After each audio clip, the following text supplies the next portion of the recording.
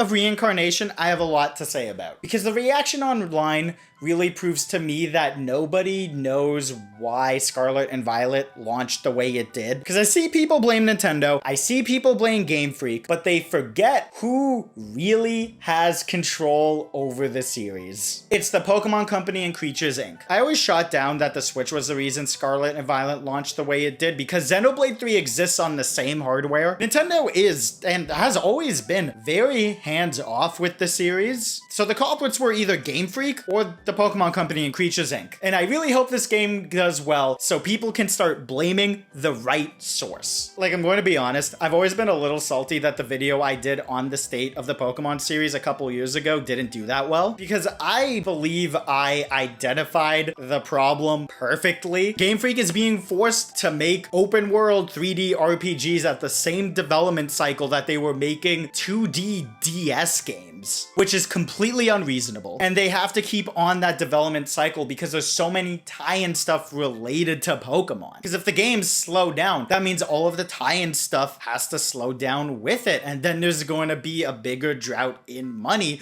for everybody involved. So the Pokemon Company, Creatures Inc., and all of the companies making tie-in stuff are going to be very upset with Game Freak if they don't pump out games yearly. Like I originally called the video, Pokemon is suffering from success for a reason. It is a cash cow that cannot be stopped, and I hope this game is phenomenal so people realize what the issue is. Honestly, a bit of the blame does fall on Nintendo because with their own IPs, they do give everybody time to develop the games. So it's kind of annoying that at any point they didn't intervene and be like, hey, you can't be making a big open world RPG in 2 years. That is not feasible. It's never been the hardware's fault because, again, Xenoblade exists. It's a fault of the people forcing these two studios within Game Freak to be making a game every other year. So if this project, completely separated from the company that is forcing them to work on that schedule, does well, I'm going to feel so vindicated. But realistically, it's going to lead to people blaming Nintendo when, again, it's the Pokemon Company and or Creatures Inc.